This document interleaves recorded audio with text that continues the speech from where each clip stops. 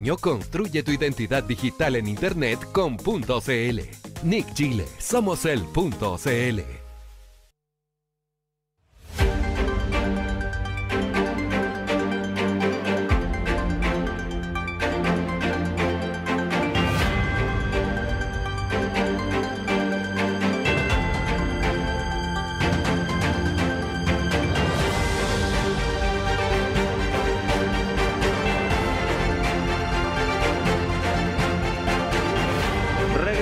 A esta primera edición de Radio Análisis, son las 9 de la mañana con 36 minutos en este día lunes 13 de octubre del año 2025. Y vamos a saludar de inmediato a nuestro siguiente invitado, el ex embajador de nuestro país y consejero del Centro de Estudios Internacionales UC-CIUC, Pablo Cabrera, a quien le damos la bienvenida. Pablo, ¿cómo le va? Buenos días, muchas gracias por estar con nosotros.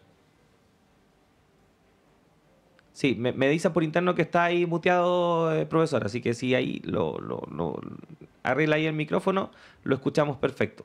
Usted habla nomás cuando ya esté listo. Si no, aquí... ¿Cómo está, Claudio? Ahí lo escuchamos perfecto, profesor. ¿Cómo le va? Muy buenos días. Buenos días, gusto saludarlo. Gracias por la invitación. No, gracias a usted por estar disponible a esta hora de la mañana para conversar con nosotros y nosotras respecto de varios temas que están marcando la agenda internacional, pero vamos a partir quizás por lo más contingente, ¿no? Lo que está ocurriendo a esta hora en Oriente Medio con el inicio ya formal, ¿no?, de este proceso de paz luego de que la semana pasada se anunciara por parte de Israel, también de Hamas, el acuerdo, ¿no?, que permitiría poner fin a la ofensiva israelí en territorio de Gaza, con un protagonismo también del presidente de los Estados Unidos, Donald Trump, que esta mañana ha hablado frente al Parlamento de Israel en medio de vítores y ovaciones por parte de los integrantes. ¿Cómo ha visto la resolución de este conflicto, profesor? Y también respecto de el rol que jugó Donald Trump en toda esta negociación. Mire, toda fórmula o anuncio de paz es bien recibida. Yo creo que eso es lo que hay que poner primero en el tapete de la opinión pública, de la discusión, que cualquier camino que conduzca a la paz es bien recibido. Si bien es cierto, dadas las circunstancias que se han producido y dado la historia de este conflicto, hay que tomarlo con mucha cautela, hay que hacerle seguimiento, hay que velar por, ojalá trabajar porque los acuerdos se mantengan y se implementen. Yo creo que este es un plan de varias etapas. La primera etapa parece ser ya cumplida, que es la entrega de los rehenes. Y aquí hay un contrasentido, ¿no es cierto?, de ver un mundo en una ciudad en ruinas, un lugar en ruinas, que renazca un anhelo y una esperanza de paz. Es muy positivo, pero también tiene el contrasentido en el mundo en que estamos viviendo, y donde se imperaba más bien el sentido de la victoria y el sentido de la derrota, más que de la paz y la seguridad. Y yo creo que eso es lo que debería prevalecer ahora, más allá de la tristeza de las personas que reciben a su feudo, y también de aquella esperanza de los que están viviendo una crisis humanitaria muy fuerte. Creo que la esperanza es un hecho también de la causa, pero ojalá podamos aspirar a que esto se cumpla y no aplaudamos todavía y no hagamos tantos vítores, sino que exijamos un poco el sentimiento de humanidad que se requiere, ¿no? Sí, esa pareciera ser la gran pregunta, en el sentido de que poder llevar a algo concreto esta esperanza, ¿no?, que ha surgido respecto de este acuerdo de por fin avanzar hacia un camino de paz, a priori presenta algunos puntos que por lo menos hacen dudar o crean incertidumbre respecto de que esto se pueda concretar. Por ejemplo, ¿qué tanto nivel de autodeterminación podrá tener el pueblo palestino respecto del territorio gazatí? ¿Y qué rol podría jugar a futuro tanto la figura de Benjamín Netanyahu como de Donald Trump respecto de la administración de ese mismo territorio? ¿Cómo ve ese punto que parece ser quizá uno de los más complejos? ¿Quién administra finalmente a futuro Gaza? Bueno, ese es un punto importante, porque a lo que yo le decía, estas contradicciones que se dan en el mundo. Nosotros vemos un momento donde están los organismos internacionales parecieran estar congelados, justamente por estas discusiones o esta incapacidad o ineficacia de poder darle solución a todos los problemas del nuevo orden internacional, que pareciera ser estar configuración. Entonces, hace muchos años, la Organización de Naciones Unidas, a través de una resolución, ha bregado, que nosotros los chilenos hemos apoyado con vehemencia esto, la creación de dos estados, el Estado de Israel y el Estado palestino, que tienen derecho a vivir dentro de su frontera y en paz y en seguridad. Pero los organismos internacionales no tienen eficacia. Fíjese, yo estaba repasando hoy día para conversar con usted, en el año 63 había, y lo quiero relacionar con lo que está viviendo Chile hoy día, prácticamente las autoridades. En el año 63, la encíclica del Papa Juan XXIII, Pacem in Terris, reclamaba sobre una actualización de los mecanismos, los procedimientos y el orden de Naciones Unidas, con el objeto de poder alcanzar en amplitud sus objetivos. Le pedía a la comunidad internacional que trabajara en esto para garantizar con eficacia los derechos del hombre, que son inalterables y universales.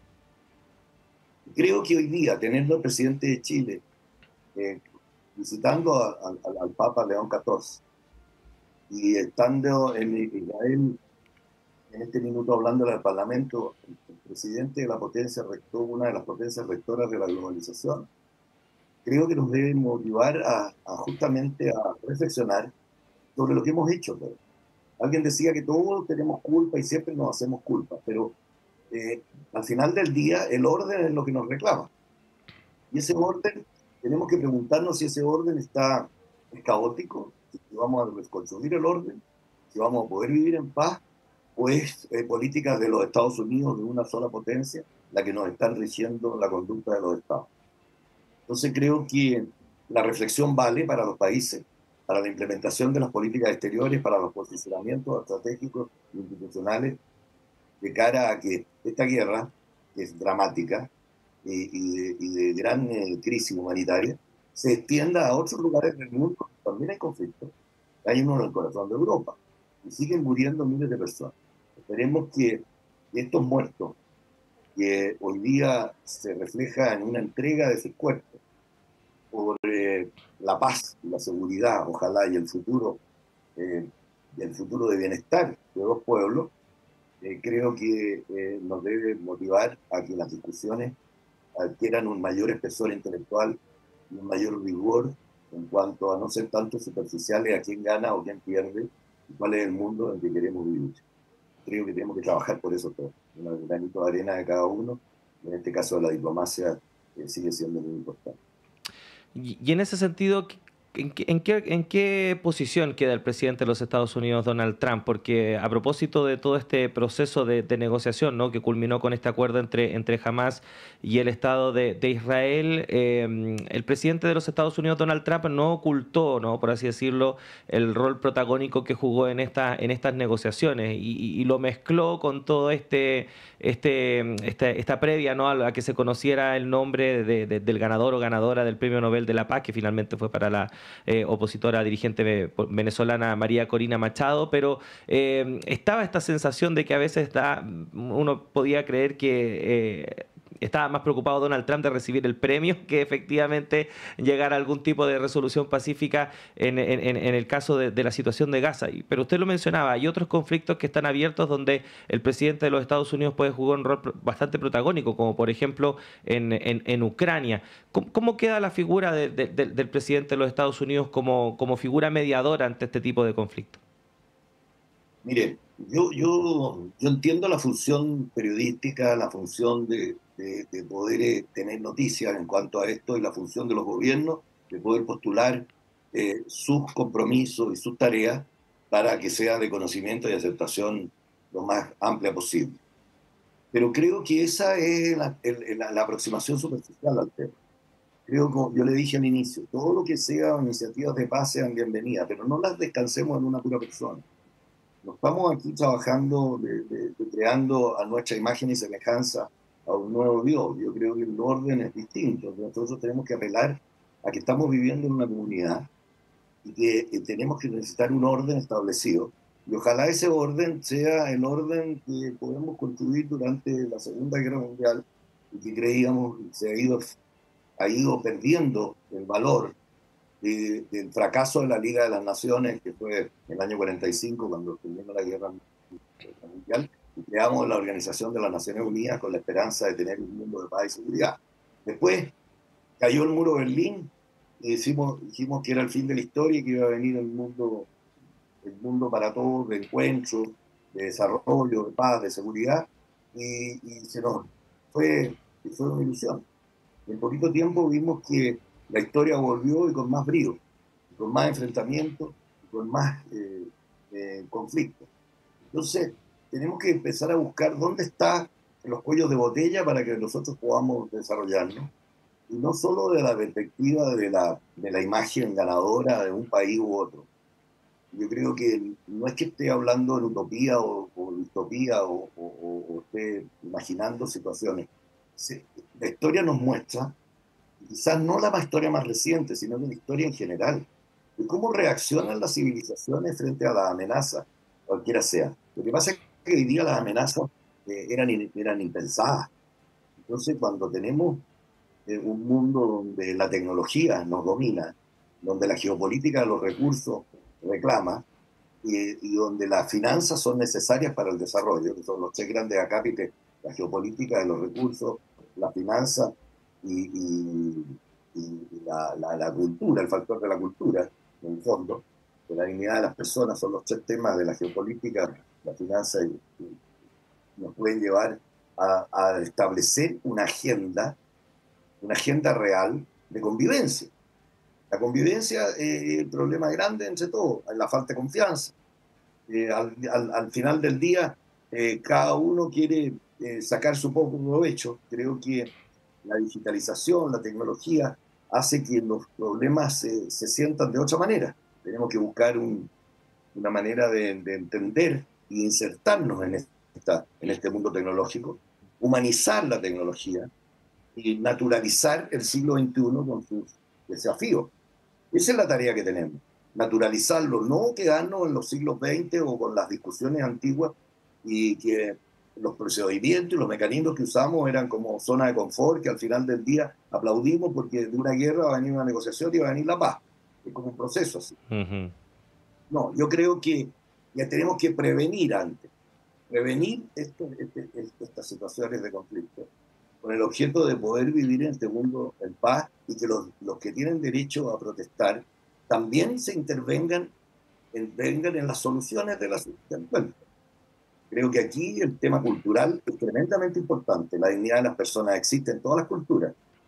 Los derechos humanos es más difícil verlo por de acuerdo a las culturas, pero empecemos a pensar en la dignidad de las personas, en los derechos universales, en las prioridades de las personas, en satisfacer sus inquietudes. Hoy día estamos viendo una masiva y creciente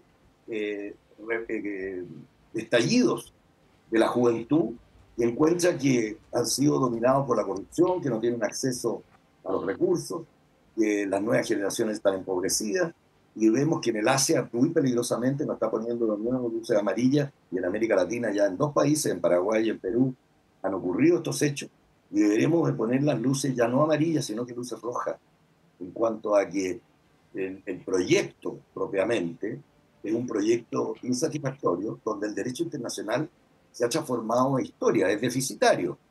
Y por eso yo creo que no hay que aplaudir a nadie. Aquí no se ha respetado el derecho internacional. Y hoy día tenemos que trabajar por eso. Nosotros tenemos que buscar la fortaleza y posicionarnos en cómo podemos contribuir en eso, para precavernos de estos estallidos y después que la situación no se nos pase por delante como ha sido nuestra oportunidad, y tengamos que empezar de nuevo con el proceso de lamento de que no fuimos capaces de prevenir esto y de no mirar esto. Yo creo que ahí es donde hay que mirar más, con mayor detención, no estar siempre en la cresta de la ola, creyendo que estoy participando en todo, que estoy ganando una elección y que los 4 años después va a venir otro proyecto. Entonces, hagamos esa reflexión a través de la tecnología también. Y yo siempre he dicho que busquemos un nuevo renacimiento. El renacimiento se terminó cuando la ciencia se consolidó. Hoy día al revés, cuando la tecnología está en su pleno apogeo, nosotros estamos reclamando mayores sentimientos de un intelecto, de un sentimiento del espíritu, de buscar un nuevo renacimiento que coordine unas fuerzas con el objeto de tener un mundo en paz y en seguridad, que son los anhelos vociferados desde siempre por todos los países, pero difíciles de alcanzar. Ujú. Empecemos por los diálogos intergeneracionales, que son tremendamente... Solucionemos los problemas de quiebre que no han sido solucionados en un cambio de época. Mire, Claudio, hoy día hay muchas generaciones. Las generaciones hoy día hay mucho antes y un después. Las generaciones hoy día son antes de la pandemia, después de la pandemia, antes de la caída del muro, después, antes de la crisis asiática, después, antes de la guerra de Ucrania, después de la guerra de Ucrania. Pensemos en esas generaciones, que es muy difícil ponerse de acuerdo, porque hay muchos problemas. Ujú. Creo que aquí hay que impulsar un diálogo intergeneracional y tomemos como ejemplo este acto de paz positivo con la figura del presidente Trump engrandecida o no frente a sus seguidores o frente al mundo. No hagamos tabla rasa de nada, sino que apoyémoslo. Apoyemos este sector de paz, pero también el tema de la cooperación tiene que ser central. Aquí, Sí. este tema, tú eres mi enemigo y el enemigo de mi amigo es mi enemigo, y vamos usando los aranceles como armas, y vamos con hechos disruptivos, vamos creando desconfianza, vamos creando miedo, y el miedo y el temor se han globalizado. Y las elecciones no deberían ser democráticas, o en los países no deberían ser por miedo. Sí. Entonces la democracia debería ser verdadera, y la democracia, lo que pasa es que cuando el derecho internacional está más precario, no se respeta, cuando la seguridad también la gente se siente con miedo, se siente indefensa, se siente con incertidumbre, se siente insatisfecha, todas estas los ismos, la insatisfacción, la indefensión, la inestabilidad, la incertidumbre, tiene que ser trabajada por políticas públicas acordes para solucionar los problemas. Y esas políticas públicas acordes para solucionar esos problemas tienen que estar urdidas en la sociedad, en los verdaderos problemas de la sociedad. Sí. Entonces, hay que llegar por ahí certeza. Sí, estamos conversando con Pablo Cabrera's, consejero del Centro de Estudios Internacionales de la Pontificia Universidad Católica de Chile, ex embajador de nuestro país en diversas partes del mundo, entre ellas el Vaticano, embajador en la Santa Sede, ahí entre 2004 y 2006. Nos quedan un par de minutos, Pablo, pero también queríamos preguntarle respecto de la visita que está realizando el presidente de la República precisamente al Vaticano. Posteriormente también va a estar ahí en Italia. Ya se reunió con el Papa León XIV. ¿Cómo ve esta cita, que sabemos también es parte de la tradición, ¿no?, republicana, que generalmente nuestros mandatarios acuden hasta el Vaticano a entrevistarse con el Papa? Mire, en este mundo que yo le describía, también se necesitan iniciativas y se necesita información sobre todo. Por eso, en vez de hacer una visita muy aceptada por todos, creo que ha sido una visita que ha producido muchas susceptibilidades en cuanto a que si era oportuna o no, cuál es la oportunidad de hacerla al Papa, porque usted sabe que las visitas, el Papa no invita, el Papa, uno le pide ver al Papa, o sea, aquí no hay una invitación del Papa, uno pidió si era la oportunidad para ir a ver al Papa. Siempre ver al Papa es muy bueno, y de partida lo que yo le estoy diciendo estaba en la línea de lo que han sido las encíclicas, de lo que es la función real de la Santa Sede en el tema de la política internacional. O sea, creo que eso es muy positivo. Pero las señales en la oportunidad, fíjese que va a ir a Italia y va a volver, y va a ir a ver al Papa, y va a ver al presidente Mattarella, y no va a ver a la presidenta de Italia. Va a ir a la conmemoración, de don Bernardo Leito, y a un encuentro en la FAO sobre inversiones. La pregunta que yo me hago es, ¿hasta cuándo tenemos una Cancillería dando explicación? Yo creo que no se puede seguir dando explicaciones, más allá que uno entienda, yo no estoy criticando en el sentido de que se haga la visita o no, sino que estoy notando el hecho de que no puede haber tiene que haber un diseño institucional de política de Estado, como lo dicen. Los gobiernos tienen sus prioridades y tienen sus lineamientos. No todo es política de Estado en política exterior. Los lineamientos, los énfasis, las prioridades, los gobiernos tienen todo el derecho a hacerlo. Pero la opinión pública en el mundo de hoy tiene que estar informada. Tiene que estar informada cuáles son los objetivos de ir allá. Si los objetivos de ir a ver al Papa es discutir sobre justamente lo que estamos hablando, de que se da esta circunstancia sobre la política internacional y acoger con amplitud, con voluntad, lo que le pueda transmitir el Papa, que se conoce bien lo que piensa, hablar de inversiones, se puede hablar de inversiones en muchas partes, no solo en la FAO. O sea, la oportunidad de estar en estos lugares, pero en este caso hay que ver que también somos socios estratégicos de la Unión Europea. Y el mensaje que se manda, si no llegara a ver a la primera ministra de Italia, no es un mensaje positivo. Es un mensaje, diría yo, que pone un signo de interrogación en cuanto a la calidad de socio estratégico de la Unión Europea. Y hay que pensar también en estos objetivos de política exterior y de políticas de Estado, en el sentido de que cuál oportuno son los seguimientos a estas visitas, ¿no? Porque quedan muy pocos meses de gobierno, y si se habla de que se tomaron en cuenta estas y estos fundamentos, y estos son los compromisos para seguir, aquí en este caso el déficit es no ver a la primer ministro o presidenta del gobierno de Italia, ni tampoco conocer, desde mi perspectiva, dando mucha explicación de que basta el presidente de la República, o que va a una solución de inversiones, etcétera, etcétera. Creo que hoy día más que nunca tenemos que tener claridad en política exterior, porque el posicionamiento de Chile en este escenario que usted mismo me estaba preguntando, creo que es fundamental. Tenemos que aclarar esto, estamos en unas elecciones muy cercanas, lamentablemente los candidatos no tienen programas de política exterior, no lo han expresado mucho, los programas de política exterior. Creo que hoy día en el mundo, el valor de la diplomacia, el valor del conocimiento del mundo, hoy día si hay que mover el statu quo y hay que situarse correctamente, hay que conocer el producto. El producto del mundo, y hay que transmitírselo a la población con el objeto que la incertidumbre se cambie en certidumbre. Y saber dónde estamos posicionados, cuáles son nuestras fortalezas, y ver en este contexto que vamos a enfrentar una elección, entramos a la segundo cuarto del siglo XXI, del tercer milenio, y tenemos que saber bien cuál es nuestro posicionamiento y cuáles son nuestros socios. Fíjese que nosotros somos socios estratégicos de los Estados Unidos y de China y de la Unión Europea. Y no mereceríamos estar dando explicaciones cuando tenemos alguna conducta, sea con China, sea con Estados Unidos, sea con la Unión Europea. Tenemos que tener una línea conductual de aproximación a nuestros socios estratégicos en línea con lo que se dice que es política de Estado. El gobierno del presidente Piñera estableció la asociación estratégica con China.